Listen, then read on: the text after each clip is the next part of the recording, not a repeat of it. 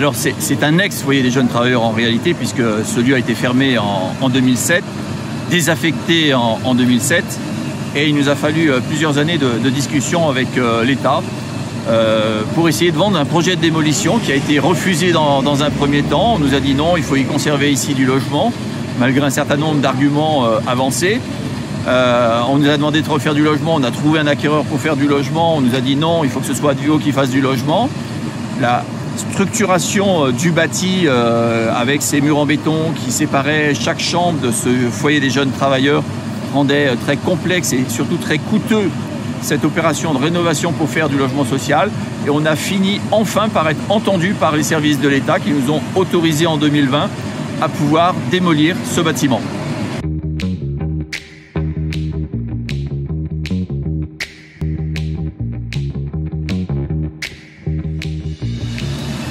On a une première phase qui a commencé au mois de septembre avec le désamiantage de ce bâtiment parce qu'il y avait de l'amiante en quantité importante.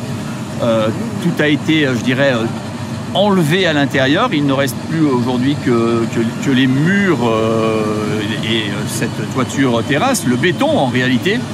Et depuis aujourd'hui commence donc cette déconstruction par grignotage. J'ajoute que c'est une opération exemplaire en matière d'insertion, puisqu'il y a 105 heures d'insertion dans ce chantier de démolition qui va permettre à des personnes éloignées de l'emploi de pouvoir travailler sur ce chantier pour pouvoir demain rejoindre peut-être l'entreprise qui travaille ici ou d'autres entreprises. Et puis exemplaire sur le plan environnemental, puisque bien évidemment, toute l'amiante est traitée en centre de traitement de ce produit dangereux. Mais tout ce que vous voyez là va être démoli, concassé et réutilisé ici sur place ou sur d'autres chantiers. C'est 100% des tonnes et des tonnes de béton et d'acier qui sont derrière moi qui vont être recyclés.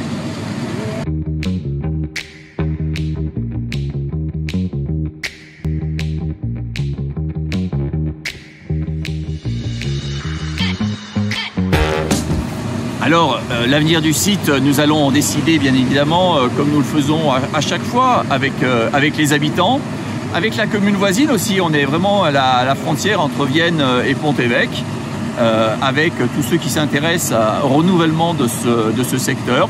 On a déjà des demandes, hein, on a des habitants qui nous disent qu'il faudrait un peu plus de stationnement parce que le parking le soir est plein. D'autres voudraient qu'on agrandisse un peu l'aire de jeu, d'autres voudraient qu'on ait plutôt un parc. On nous parle aussi peut-être de jardins partagés. Tout ça va être soumis à une concertation avec les habitants pour décider donc sur 2023 du devenir de ce site et nous entamerons les travaux sur 2024.